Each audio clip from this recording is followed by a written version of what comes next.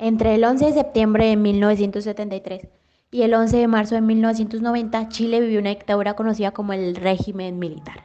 Este periodo se inició con el golpe de Estado que derrocó al gobierno democrático del presidente Salvador Allende por parte del comandante en jefe del ejército del gobierno constitucional y uno de sus hombres de honor y confianza, líder de esta dictadura, Augusto Pinochet. Este coordinaba el movimiento de las tropas golpistas. Ese martes 11 de septiembre de 1973, como era de costumbre, Salvador Allende ingresa muy temprano al Palacio de la Moneda en la sede del gobierno de Chile. Antes de escuchar la primera proclama de los militares, el presidente ya sabía que las Fuerzas Armadas buscaban destituirlo. Atención, a partir de este momento damos paso a una red provincial y nacional de radiodifusión de las Fuerzas Armadas. Se invita a todas las radioemisoras libres a conectarse a esta cadena. Con ustedes se leerá a continuación la proclama de la Junta Militar de Gobierno. Santiago, 11 de septiembre de 1973. Teniendo presente, primero, la gravísima crisis económica, social y moral que está destruyendo el país. Segundo, la incapacidad del gobierno para adoptar las medidas que permitan detener el proceso y desarrollo del caos. Tercero, el constante incremento de los grupos armados paramilitares, organizados y entrenados por los partidos políticos de la Unidad Popular, que llevarán al pueblo de Chile a una inevitable guerra civil. Las Fuerzas Armadas y Carabineros de Chile declaran, primero, que el señor Presidente de la República debe proceder a la inmediata entrega de su alto cargo a las Fuerzas Armadas y Carabineros de Chile. Segundo, que las Fuerzas Armadas y el Cuerpo de Carabineros de Chile están unidos para iniciar la histórica y responsable misión de luchar por la liberación de la patria del yugo marxista y la restauración del orden y de la institucionalidad. Tercero, los trabajadores de Chile pueden tener la seguridad que las conquistas económicas y sociales que han alcanzado hasta la fecha no sufrirán modificaciones en lo fundamental.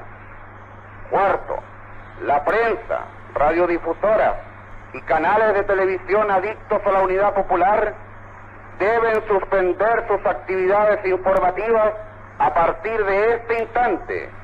De lo contrario, recibirán castigo aéreo y terrestre.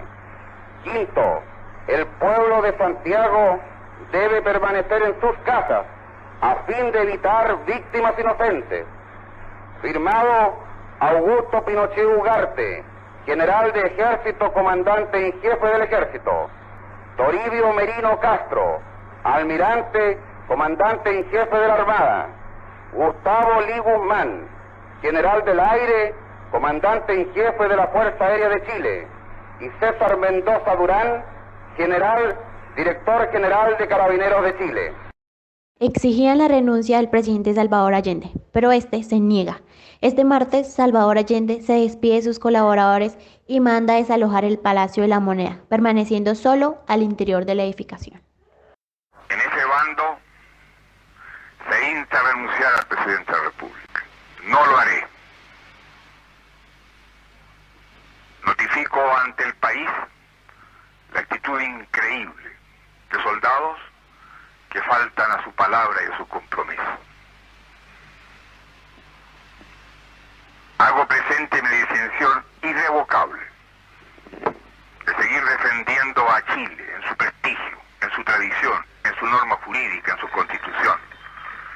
Señalo mi voluntad de resistir con lo que sea, a costa de mi vida, para que quede la lección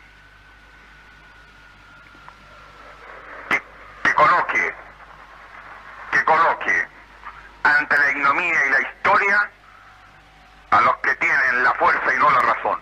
En este instante señalo como una actitud digna que aquí está junto a mí el director titular de Carabineros, general José María Sepúlveda, y que en este instante los aviones pasan sobre la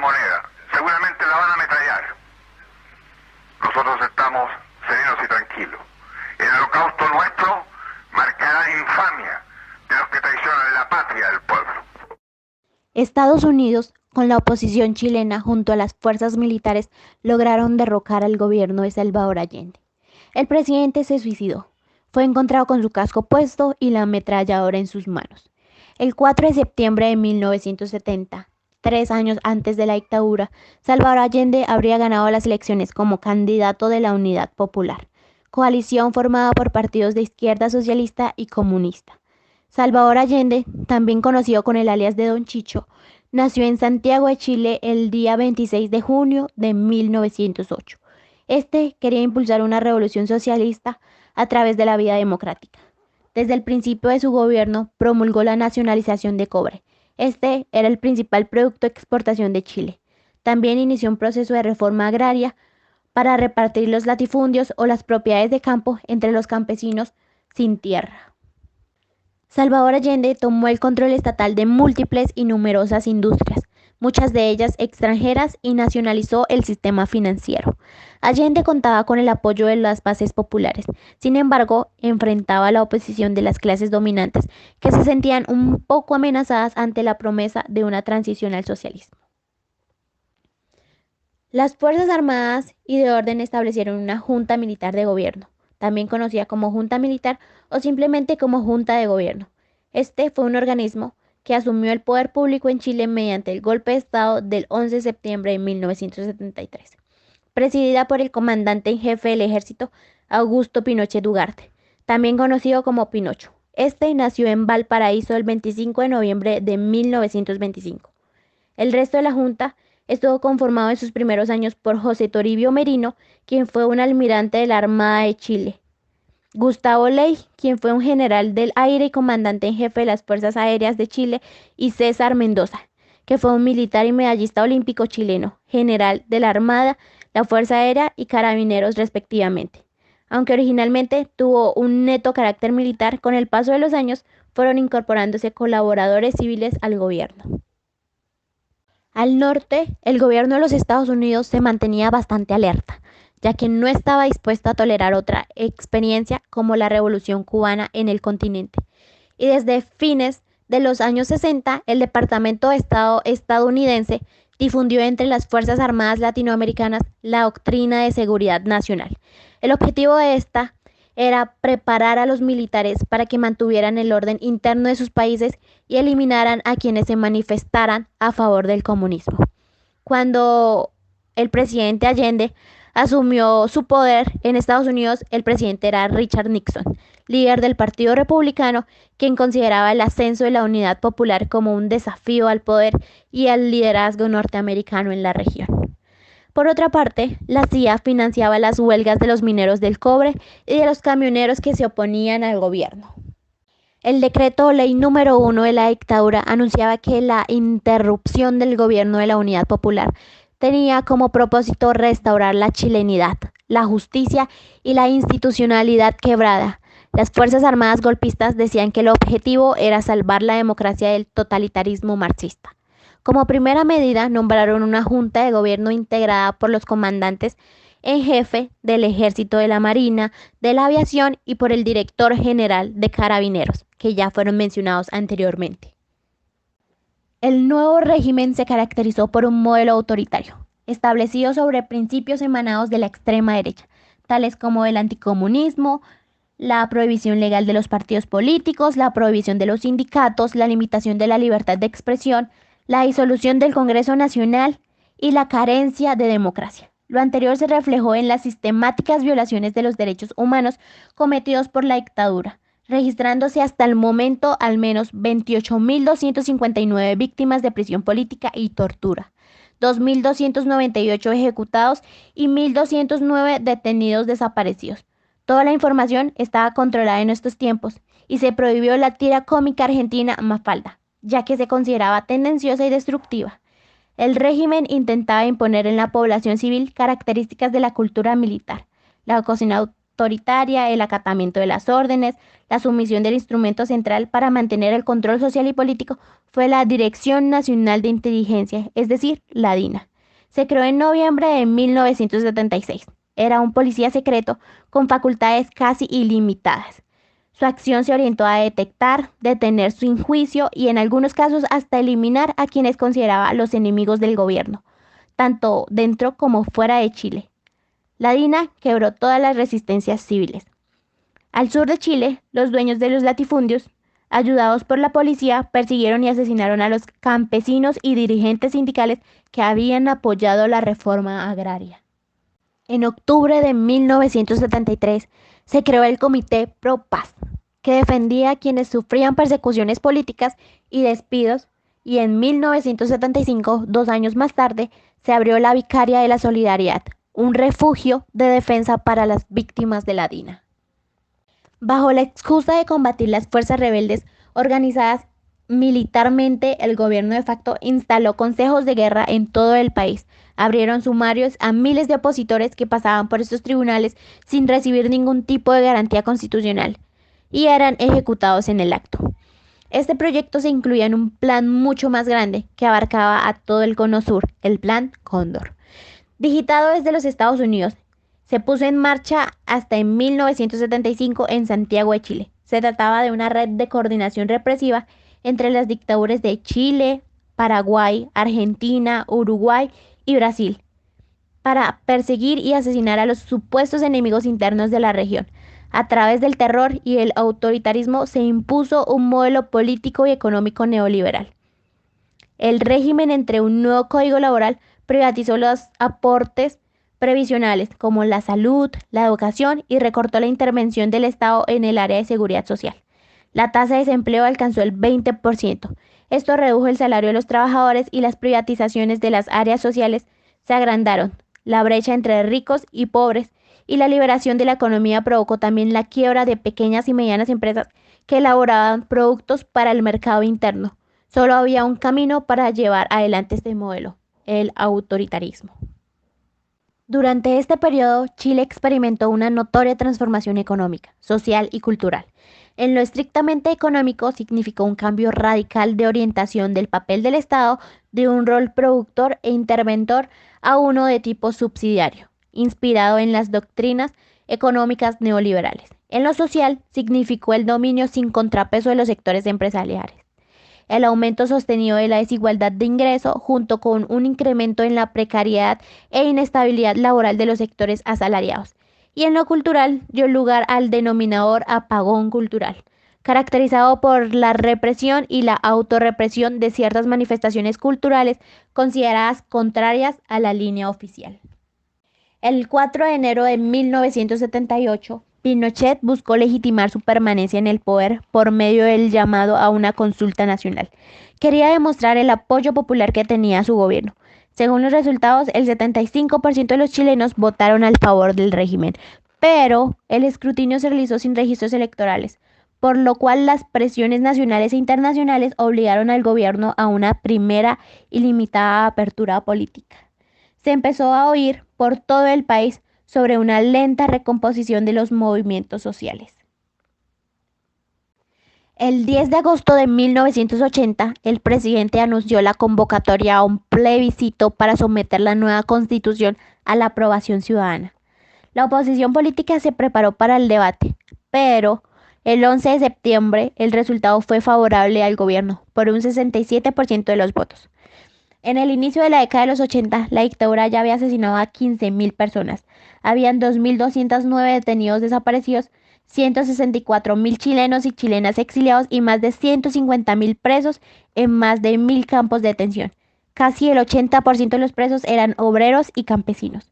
Pinochet gobernó sin parlamento y con poderes dictatoriales hasta 1989. Un año antes se realizó un plebiscito para decidir si el dictador continuaba como presidente hasta 1997.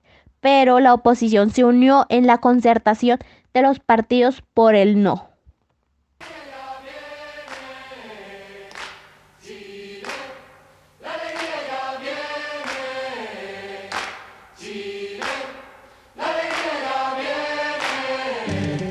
Porque diga lo que diga, yo soy libre de pensar, porque siento que es la hora de ganar la libertad.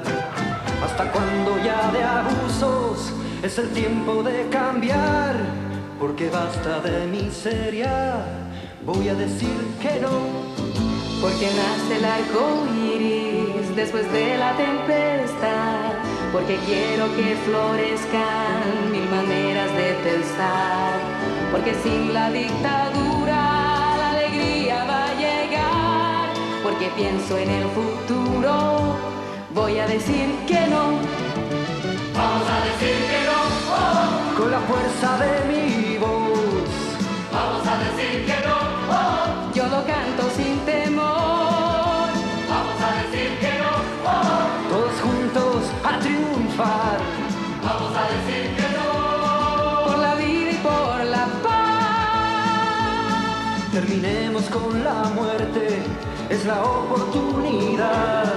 Debe ser a la violencia con las armas de la paz. Porque creo que mi patria necesita dignidad. Por un Chile para todos, vamos a decir que no. Vamos a decir que no. Oh. Con la fuerza de mi voz. Vamos a decir que no. Oh. Yo lo canto sin temor. Vamos a decir que no. Oh. Todos juntos a triunfar. Vamos a decir que no. Por la vida y por la paz. Vamos a decir que no. Chile, la alegría ya viene. Chile, la alegría ya viene. Chile, la alegría ya viene. El 5 de octubre se llevó a cabo el plebiscito. Después de varias horas, el gobierno reconoció la derrota. El no había triunfado, con un 54,71% de los votos contra un 43,01% para el sí. Se iniciaba la transición a la democracia. Antes de las elecciones presidenciales, los partidos de la oposición exigieron una serie de reformas a la Constitución de 1980, como la reducción al mandato presidencial de 8 a 4 años, el mantenimiento del habeas corpus durante los estados de excepción y el aumento del número de senadores elegidos por el voto popular.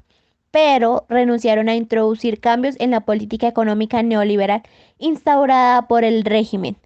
Tampoco juzgarían o investigarían los crímenes cometidos por las Fuerzas Armadas. El 14 de diciembre de 1989, Patricio Aylwin se convirtió en el primer presidente de la democracia con el 55% de los votos. Pinochet se mantuvo como comandante en jefe del ejército hasta el 10 de marzo de 1998, para el día siguiente asumir como senador vitalicio. El terrorismo de Estado encabezado por Augusto Pinochet impuso una política represiva que profundizó la concentración de la riqueza y aumentó las desigualdades sociales y económicas. En el momento de su muerte, Augusto Pinochet contaba con una orden de detención internacional en curso y con más de 400 querellas en su contra en tribunales de otros países por crímenes de lesa humanidad. Las víctimas que dejó esta dictadura chilena tan desastrosa se contabilizan en más de 40.000.